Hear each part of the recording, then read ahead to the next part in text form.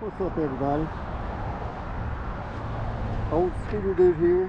Haven't made a video in a while.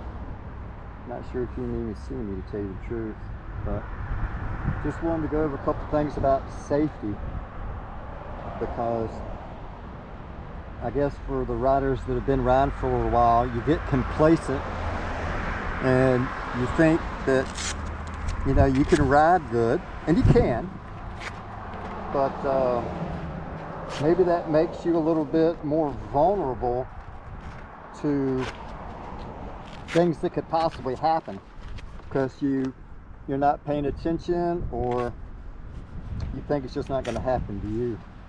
But it can. This might get a little long-winded. I'm going to try not to.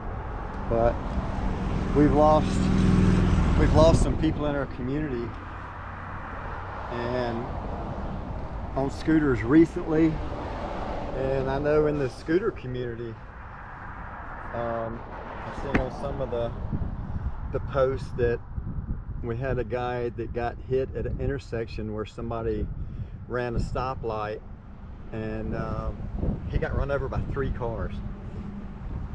And I guess my whole point to this thing is that when you're out riding, I know it's hard to do because we're enjoying the ride, the thrill, the acceleration, just everything about it.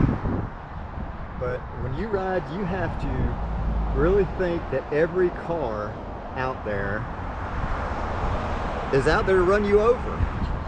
And then on top of all that, you have to look out for animals darting out, squirrels, rabbits, kids running out from a side road or on a bicycle.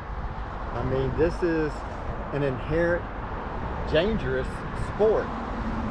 Although it's a lot of fun, and hopefully, you know, we all know the risk, or if you don't know the risk, you really need to sit back and think about it, because this is an extremely dangerous sport, even though it's a lot of fun. And I want everybody to come home. I don't want any parents to be upset that, you know, their child got hit, even if you're an adult child.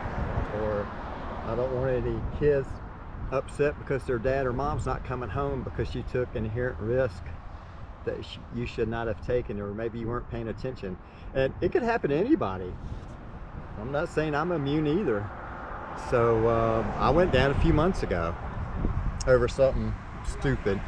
So all I'm trying to express is that I want us all in the scooter community and the e-bike community to, you know, come home safe and be safe, and try to look out for other people in cars.